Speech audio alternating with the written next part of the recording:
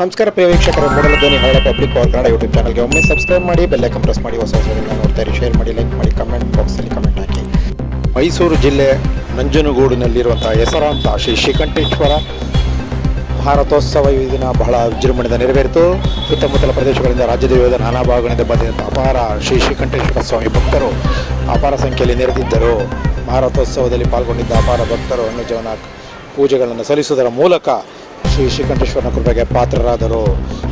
ಈ ದಕ್ಷಿಣ ಕಾಶಿಯಿಂದ ಪ್ರಖ್ಯಾತ ಆಗಿರುವಂಥ ನಂಜನಗೂಡು ಸೇರಿದಂತೆ ವಿವಿಧ ಕೊಳ್ಳೇಗಾಲ ಶ್ರೀ ಮರಳೇಶ್ವರ ಸ್ವಾಮಿ ದೇವಸ್ಥಾನ ಮತ್ತು ತಲಕಾಡು, ಟಿ ನರಸೀಪುರ ಮತ್ತು ಶಿವಸಮುದ್ರ ಮೊದಲಿರುವಂಥ ಶ್ರೀ ಸೋಮೇಶ್ವರ ರಥೋತ್ಸವ ಸೇರಿತು ವಿವಿಧ 5 ಪಂಚರಥಗಳು ಈ ದಿನ ವಿಜೃಂಭಣೆಯಿಂದ ನೆರವೇರಿತು.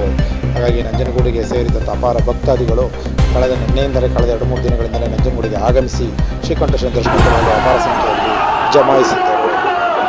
ನಂಜನಗೂಡು ಕ್ಷೇತ್ರ ಶಾಸಕ ದರ್ಶನ್ ದಿವಾನಯ್ಯ ಸೇರಿದಂತೆ ಇನ್ನಿತರ ಗಣ್ಯರು ಮತ್ತು ಅಧಿಕಾರಿಗಳು ಮತ್ತು ಇಲ್ಲಿನ ಸಂಬಂಧಿಸಿದ ಸುತ್ತಮುತ್ತ ಪ್ರದೇಶಗಳಲ್ಲಿ ಅಪಾರ ಗಣ್ಯರು ಸೇರಿದಂತೆ ನಂಜನಗೂಡು ಶ್ರೀಕಂಠೇಶ್ವರ ರಥೋತ್ಸವದಲ್ಲಿ ಪಾಲ್ಗೊಂಡು ಯಶಸ್ವಿಯಾಗಿ ಭಾರತೋತ್ಸವ ನೆರವೇರಿತು.